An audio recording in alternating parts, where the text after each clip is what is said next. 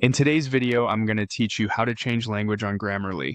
By the end, you'll know exactly where to find Grammarly's language controls and how to set the primary language and dialect so your suggestions match the way you write. Start by opening Grammarly in your browser. Once you're in the Grammarly editor, look to the left-hand sidebar and select Account. This takes you out of the document view and into your account area, where you can control how Grammarly behaves across your writing. If your sidebar is collapsed, hover or click to expand it so you can see the labels clearly. Next, in the account area, choose Writing from the options on the left. The Writing section is where Grammarly gathers your personalization settings, including tone, formality controls, and most importantly for this video, your language preferences. Opening this ensures any changes you make will apply to your suggestions going forward. Now, open Language Settings. This page is designed specifically for choosing how Grammarly interprets your text.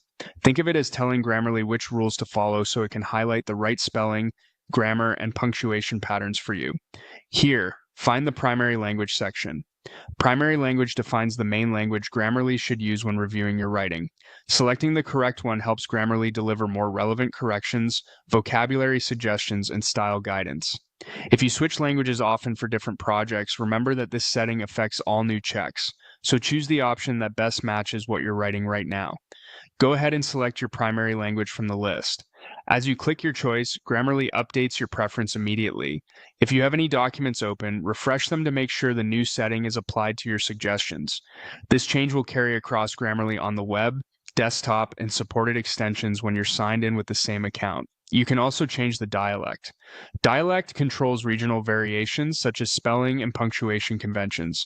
For example, color versus color, organize versus organize, and preferences like quotation mark styles or comma usage can vary by region.